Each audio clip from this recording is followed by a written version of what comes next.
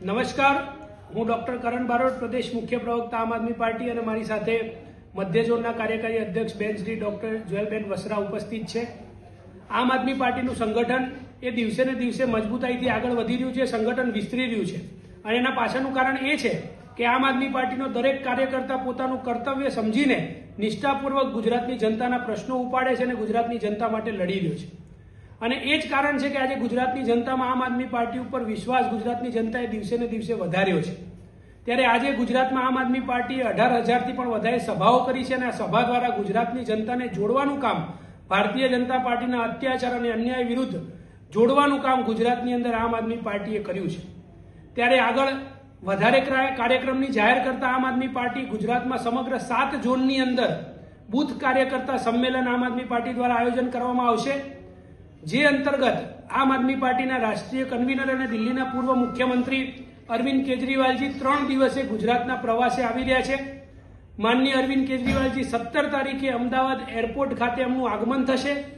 ત્યારબાદ તારીખ 18ના રોજ અમદાવાદની અંદર મધ્ય ઝોન કાર્યકર્તા બૂથ સંમેલનનું આયોજન કરવામાં આવશે, જેની અંદર અમદાવાદ, ગાંધીનગર, ખેડા, સુરેન્દ્રનગર લોકસભા ને અંતર્ગત મધ્ય ઝોનની અંદર કાર્યકર્તા બૂથ સંમેલનનું આયોજન કરવામાં આવશે, જેની અંદર માનનીય અરવિંદ કેજરીવાલજી હાજર રહેશે. ત્યારબાદ તારીખ 19ના રોજ ઈસ્ટની અંદર આણંદ, વડોદરા, દાહોદ, પંચમહાલ, છોટાઉદેપુર એને આવરી લઈને ઈસ્ટ ઝોનની અંદર આમ આદમી પાર્ટી દ્વારા બૂથ કાર્યકર્તા સંમેલનનું આયોજન કરવામાં આવશે. અને આ સંમેલનની અંદર આમ આદમી પાર્ટીના ગુજરાતના પ્રદેશ પ્રભારી માનનીય ગોપાલ રાયજી, સહપ્રભારી દુર્ગેશ પાઠકજી, આમ આદમી પાર્ટીના પ્રદેશ અધ્યક્ષ ઈસુદાનભાઈ ગઢવી, સંગઠન મહામંત્રી મનોજભાઈ સોરઠિયા, ધારાસભ્ય શ્રી ગોપાલભાઈ ઇટાલિયા, ચૈતરભાઈ વસાવા, હેમંતભાઈ ખવા સહિત આમ આદમી પાર્ટીનું સંપૂર્ણ પ્રદેશ નેતૃત્વ, જિલ્લા, તાલુકા સમિતિ, મહાનગર સમિતિ અને બૂથ લેવલના કાર્યકર્તાઓ આ બૂથ કાર્યકર્તા સંમેલનમાં હાજર રહેશે.